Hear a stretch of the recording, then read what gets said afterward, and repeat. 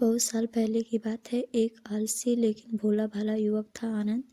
दिन भर कोई काम नहीं करता, बस खाता ही रहता और सोए रहता।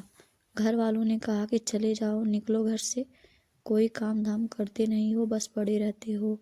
वह घर से निकलकर यूं ही भटकते हुए एक आश्रम पहुंचा। वहां उसने देखा कि एक गुरुजी हैं और उनके शिष्य कोई काम नहीं करते, बस मंदिर की पूजा करते हैं।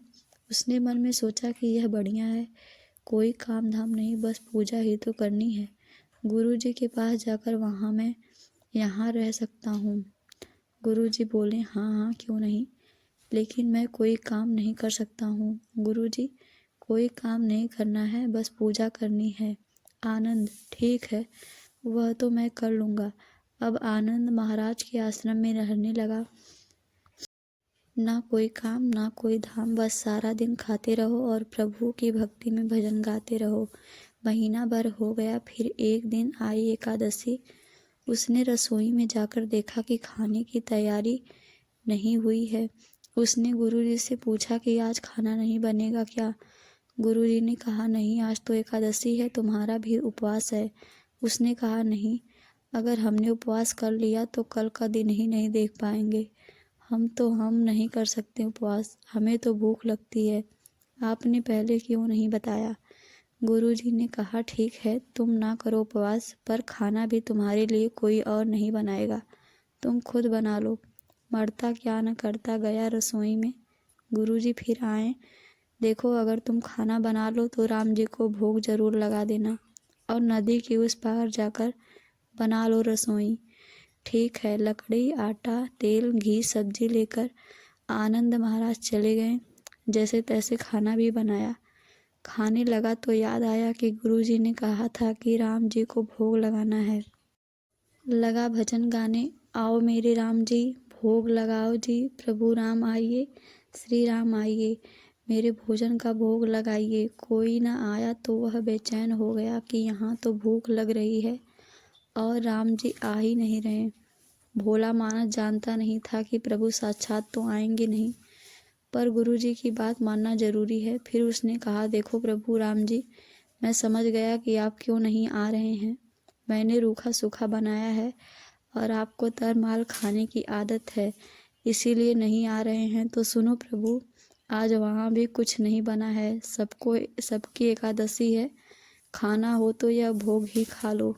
श्री राम अपने भक्त की सरलता पर बड़े मुस्कुराए और माता सीता के साथ प्रकट हो गए।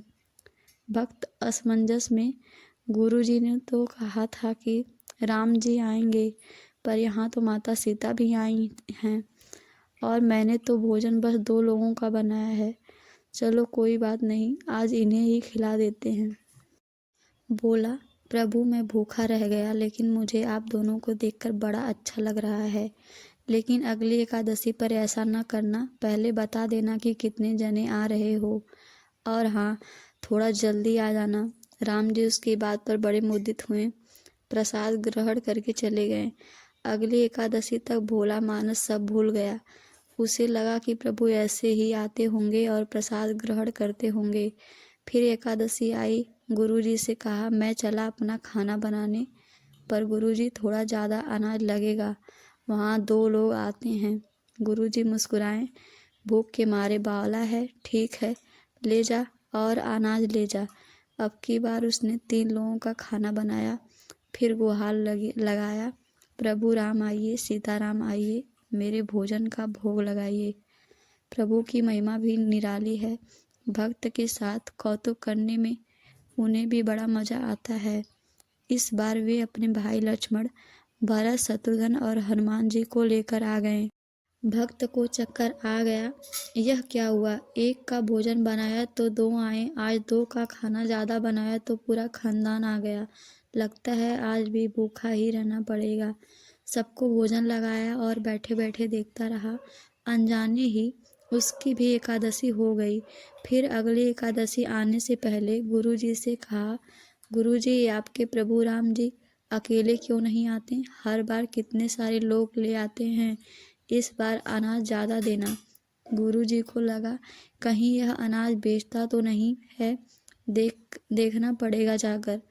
भंडार में कहा, इसे जितना अनाज चाहिए दे दो और छुपकर उसे देखने चल पड़े।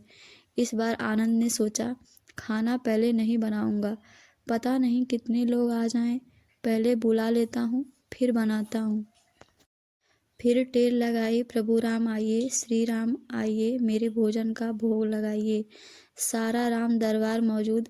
इस बार तो हनुमान जी भी साथ आए, लेकिन यह क्या, प्रसाद तो तैयार ही नहीं है।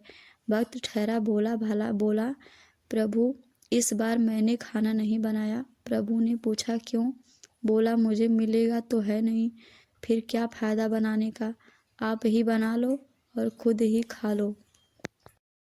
राम जी मुस्कुराए, सीता माता भी गदगद हो गईं उसके मासूम जवाब से। लक्ष्मण जी बोले, क्या करें प्रभु? प्रभु बोले, भक्त की इच्छा है, पूरी तो करनी ही पड़ेगी, चलो लग जाओ काम में। लक्ष्मण जी ने लकड़ी उठाई, माता सीता आटा सानने लगी। भक्त एक तरफ बैठकर देखता रहा। माता सीता रसोई बना रही थीं तो कई ऋषि मुनि व यक्ष गंधर्व प्रसाद लेने आने लगे। इधर गुरुजी ने देखा कि खाना तो बना नहीं, भक्त एक कोने में बैठा है। पूछा, बेटा क्या बात है, खाना क्यों नहीं बनाया? बोला, अच्छा किया गुरुजी आप आ गए, देखिए कितने लोग आते हैं प्रभु के साथ। गुरुजी बोले, मुझे तो कुछ नहीं दिख रहा तुम्हारे और अनाज के सिवा। भक्त ने माथा पकड़ लिया, एक तो इतनी मेहनत करवाते हैं प्रभु, भूखा भी रखते हैं और ऊपर से गुरुजी को दिख भी नहीं रहे, यह और बड़ी मुसीबत है। प्रभु से कहा, आप गुरुजी को क्यों नहीं दिख रहे? प्रभु बोले, मैं उन्हें नहीं दिख सकता। बोला, क्यों?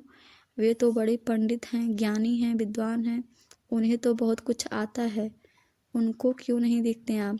प्रभु बोले, माना कि उनको सब आता है, पर वे सरल नहीं है तुम्हारी तरह, इसलिए उनको नहीं दिख सकता।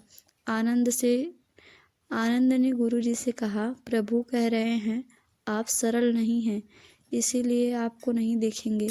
गुरुजी रोने लगे और कहने लगे कि वाकई मैंने सब कुछ पाया पर सरलता नहीं पा सका, तुम्हारी तरह, और प्रभु तो मन की सरलता से ही मिलते हैं। प्रभु प्रकट हो गए और गुरुजी को भी दर्शन दिए। इस तरह एक भक्त के कहने पर प्रभु ने भी रसोई बनाई।